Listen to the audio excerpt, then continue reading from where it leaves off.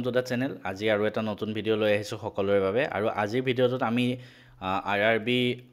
পিও প্ৰিলিমছত আগতে আহি যোৱা এখন পেপাৰৰ পৰা মেথছৰ ডিআই পাৰ্টটো ডিসকাস কৰিম। মই অলৰেডি বিভিন্ন ধৰণৰ ভিডিও আগবঢ়াই আহিছো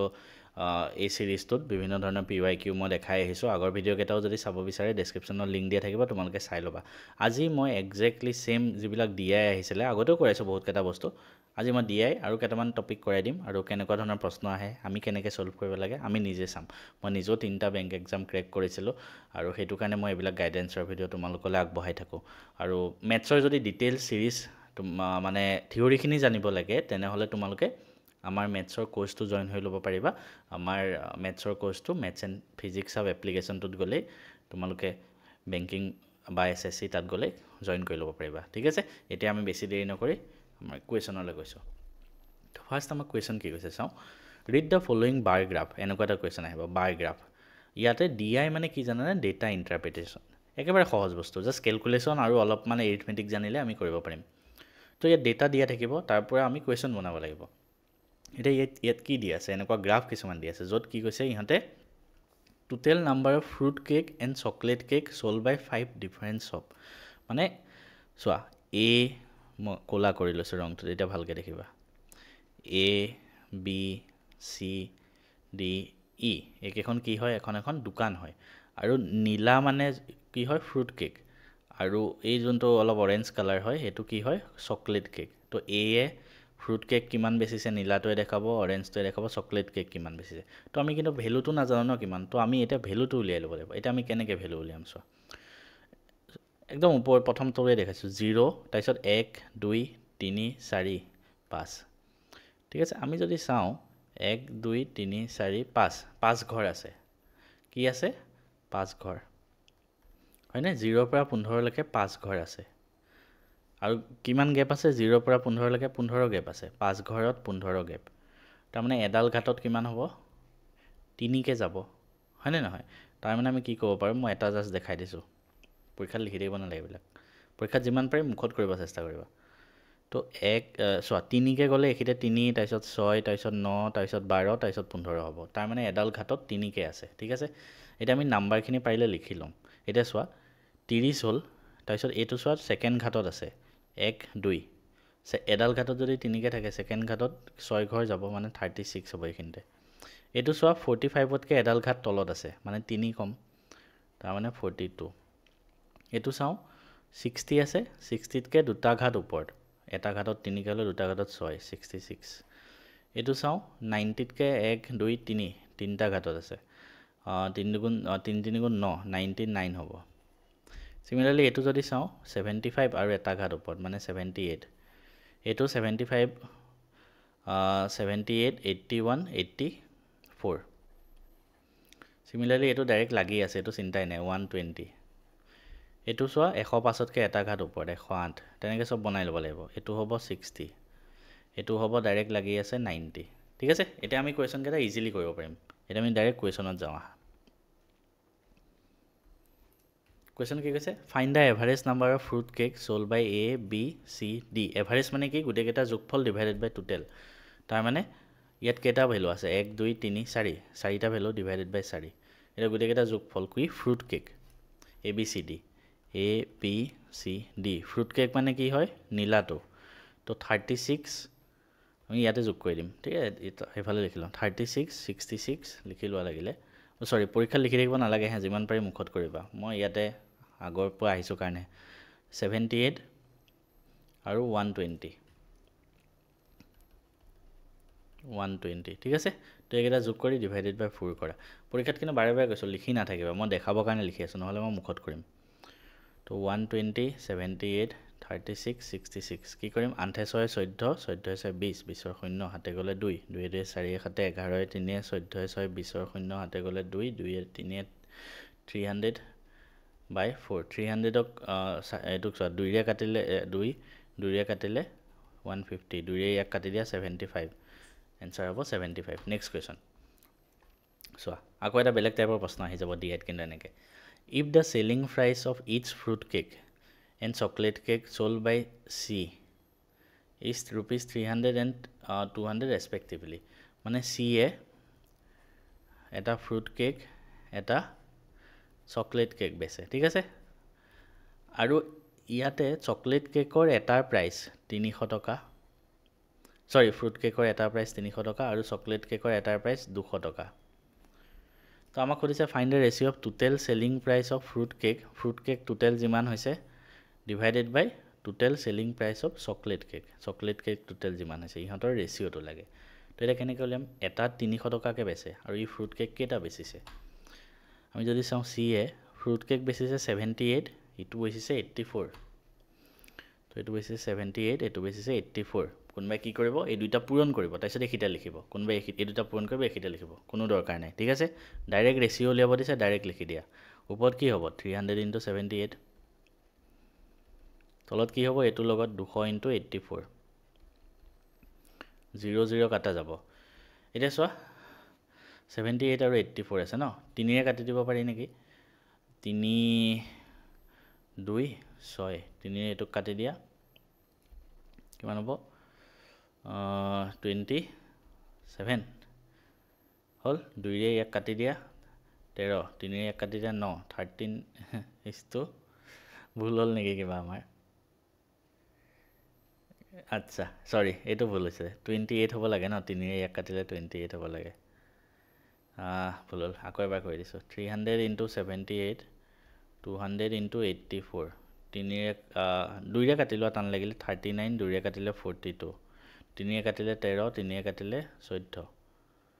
0 0 কাটা গল ওপৰত থাকিব 39 3 আৰু 13 গুণ তলত 2 14 28 39 28 এটো ঠিক আছে অকন স্পিডত কৰিব লাগিব উপায় নাই স্পিডত কৰিবৰ কাৰণে দেখাইছো বেসিক বুজিব হলে আমাৰ বেসিক কোৰ্সত জয়েন হোৱা নেক্সট কোৱেশ্চন চাওঁ The number of chocolate cakes sold by shop A and C together. First আমি A plus C কি উলিয়াব লাগে chocolate cake পৰীক্ষা দেবিলাক লিখি থাকিব নালাগে আকৌ কৈছো হে তাৰ পিছত is what percent more or less than the number of fruit cakes sold by D and E together. তো D আৰু E কি উলিয়াব লাগে fruit cake ঠিক আছে প্ৰথমে এই দুটা আমি জানিলো A আৰু C chocolate cake এতিয়া আহা আমি চাওঁ chocolate cake মানে অৰেঞ্জ তো A আৰু C 42 আৰু 84 D আৰু E fruit cake মানে D fruit cake হ'ব 120 E 60 মানে 180 120 60 180 ডাইৰেক্ট 180 লিখি দিও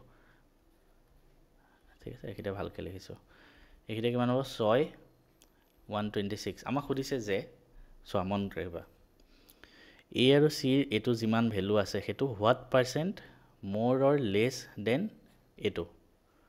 ঠিক আছে ফ্ৰুট কেকৰ কিমান পাৰ্সেন্ট কম নে বেছি প্ৰথম কথা ইয়াতে কম হৈ আছে কিমান পাৰ্সেন্ট কম কেনেকৈ উলিয়াম ফাৰ্স্ট চাবা কিমান কমি আছে ডিফাৰেন্স তো 180 126 কিমান কমি আছে 14 10 চাইকেল 4 5 54 কমি আছে ঠিক আছে ওপৰত লিখিবা 54 তাৰপিছত কাৰ সাপেক্ষে উলিয়াব দিছে more or less than denor পিছত কি আছে চাবা denor পিছত number of fruit cakes sold by D and E together তো 180 আছে হেতু তলত লিখিবা হৈ গল into 100 হেতুৱে পাৰ্সেন্টেজৰ ক্লাছত মই ধুনিয়াকৈ এটো বস্তু শিকোৱা আছে তো 9 ৰে কাটিব পাৰি ইয়াক 6 9 ৰে কাটিব পাৰি 20 20 ৰে 100 কাটি দিয়া 5 আৰু 6 5 গুণ 30 30% হেতু आंसर ইমান ইজি নেক্সট কোৱেশ্চন তো the total number of chocolate cakes এটো তোমালকে হোমৱৰ্ক কৰা নিজে ঠিক আছে সেম টাইপৰ বস্তু জাস্ট ডেটাটো চাই পেলে কৰিলে হল এটো কৰিবা আৰু মই আশা কৰিছো সবে এটো কমেন্টটো आंसर কৰিবা কমেন্টত দিয়াৰ आंसरটো কৰিবা ঠিক আছে आंसर 1 হোমৱৰ্ক এনেকৈ লিখিবা आंसर 1 হোমৱৰ্ক অপচন কোনটো কাৰেক্ট হয় ঠিক আছে কমেন্ট কৰিবা আৰু এটা নতুন ডিআইত গৈ আছো এতিয়া ডিআইটো কি Read the following table carefully and answer the question given below. The table shows total number of employees in 3 different restaurants in 4 different year. মানে তিনিখন বেলেগ বেলেগ ৰেষ্টুৰেন্ট আছে ঠিক আছে ৰেষ্টুৰেন্ট কেখনৰ নাম A B আৰু C A B C তিনিখন বেলেগ বেলেগ ধৰ ৰেষ্টুৰেন্ট তাত যোৱা বছৰ বেলেগ এমপ্লয়ি আছিল এই বছৰ বেলেগ এমপ্লয়ি আছে তেনেকে 2017 চনত A ত আছিল 84 জন B ত আছে 50 জন তেনেকে 18 চনত কিমান আছে সেই ডেটাটো আমাক দিয়া আছে আমি এটা এটো ইউজ কৰি কোৱেশ্চন উলিয়াব লাগিব এটা চাওহা কি কোৱেশ্চন দিছে মই ইয়াতো মই বস্তুটো লগাই লৈছো একেবাৰতে যেতিয়া ভাল হ'ব কৰিবলে কি কৈছে চোৱা the total number of employees in restaurant B in 2021 নাই ঠিক আছে তাৰ মানে 2021 আৰু এটা নতুনকৈ আহিব তাত কি হৈছে total number of employees B তো B কিমান আছে কৈছে is the average number of employee in 2018 তাৰ মানে B কিমান আছে কৈছে 2018 ৰ এভাৰেজ মানে 2018 ৰ 75 81 60 এই তিনটাৰ এভাৰেজ তাৰ মানে তিনটা যোগ কৰি ডিভাইডেড বাই 3 কৰিম তিনটা আছে এভাৰেজৰ ক্লাছত শিকাইছো তো তিনটা যোগ কৰি চাও 75 81 60 6 8 7 15 21 216 3 কৰিলে 7 72 তো এটো হ'ব 72 ঠিক আছে নেক্সট কৈছে if the ratio of total number of employees in restaurant A and C together মানে কি কৈছে ratio of total number of employees in restaurant A and C together to that in restaurant B in 13:9 2021 চনৰ কথা কৈছে ঠিক আছে okay 2021 চনত কি কৈছে A if that আকৌ এবাৰ কৈছো হা খেলিমেলি নকৰিবা এনেকুৱা কোৱেশ্চন কিন্তু মানে তোমাক কামুৰ লাগে পঢ়িবলে আৰু পৰীক্ষাত টানো লাগে কিন্তু এইবিলাকে সহজ কি কৈছে চোৱা if the ratio of total number of employees in restaurant A and C together to that in restaurant B is 13:9 মানে A আৰু C যিমান আছে টোটেল সো A আৰু C ধৰা টোটেল মই ধৰি ললো এখিনি এটা মোহাৰি দিও এখিনি কাম নাই 2021 চনৰ কথা কৈছে হা 2021 চনত A আৰু C together মই ধৰি ললো x ওকে ঠিক আছে তাৰপিছত A আৰু C এটা বস্তু আছে আৰু তাৰ লগতে তোমাৰ ৰেষ্টুৰেন্ট B কিমান আছে 72 এটা কৈছে A আৰু C আৰু B মানে A + C যিমান আছে তাৰ লগত B ৰেশিও কি কৈছে 13:9 তাৰ মানে A + C মই x ধৰিছিলো 72 = 13:9 নৰে কাটি দিলে 8 তো এটো কিমান হ'ব 13 8 গুণ 8 3 24 4 আতে গলে 2 8 8 2 10 104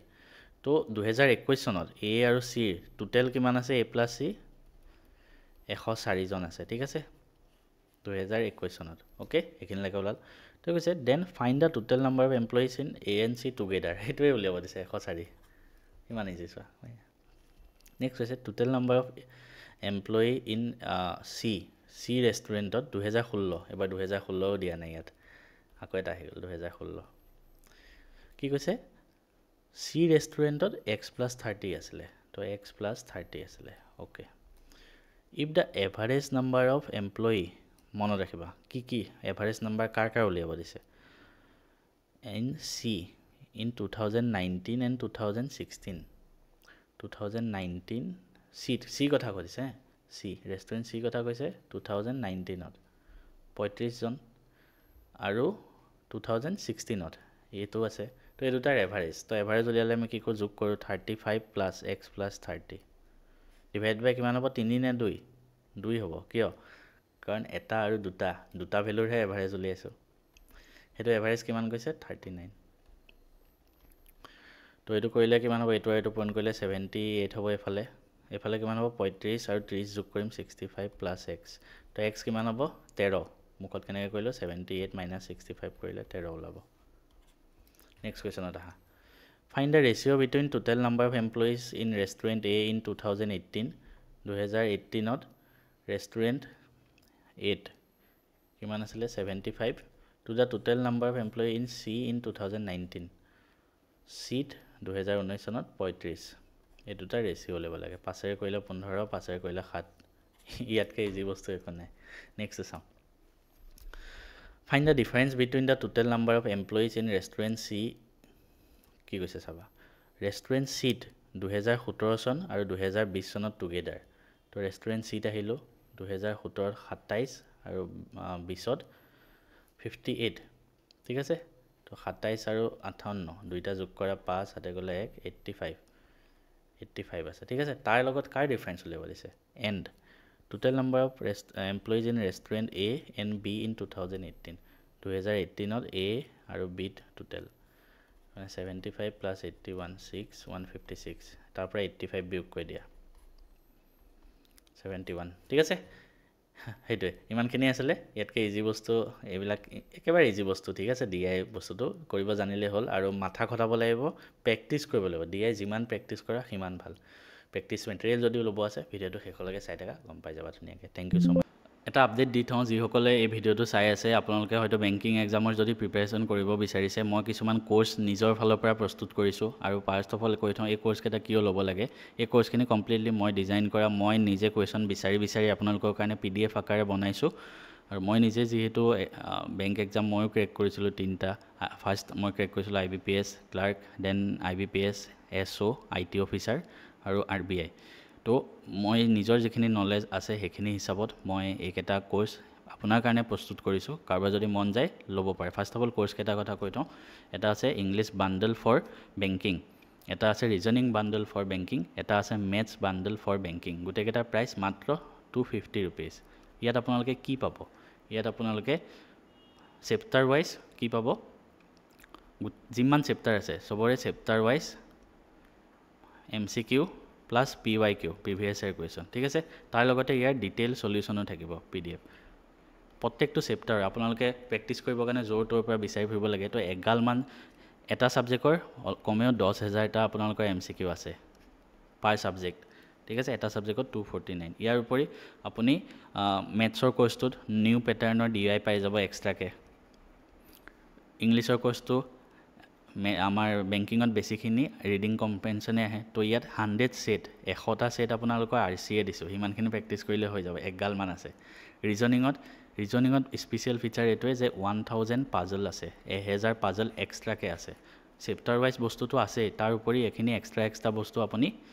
কোৰ্চকেইটাত পাই যাব কি আছে মই আকৌ এবাৰ দেখাই দিছোঁ চাওক ইংলিছৰ এনেকৈ 14টা চেপ্টাৰৰ তাৰপিছত 100টা ৰিডিং কম্প্ৰেহেনশ্যন ৰিজনিং 1000টা পাজল মেথছৰ বেলেগে চেপ্টাৰ ৱাইজ MCQ আৰু নিউ পেটাৰ্ণ DI বেলেগে তো পাৰ ছাবজেক্ট 10,000 MCQ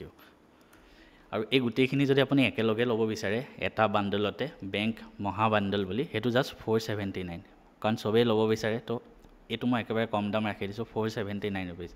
এটাত 249কৈ আছে ছাবজেক্ট ৱাইজ ল'লে 3টা ল'লেতো আপোনাৰ বেছি হৈ যাব 750তকৈ অলমষ্ট 750 হৈ যাব তো সেইটোকে মই কম দামত 479ত 3টা ছাবজেক্ট ইয়াত আপুনি মেথছ ৰিজনিং ইংলিছ যিখিনি ক'লোঁ সেই গোটেইখিনি ইয়াত ভিতৰতে পাই যাব আৰু ইয়াৰ ফিচাৰ এইটোৱে যে ইয়াত আপুনি মক পেপাৰ পাই যাব এক্সট্ৰাকৈ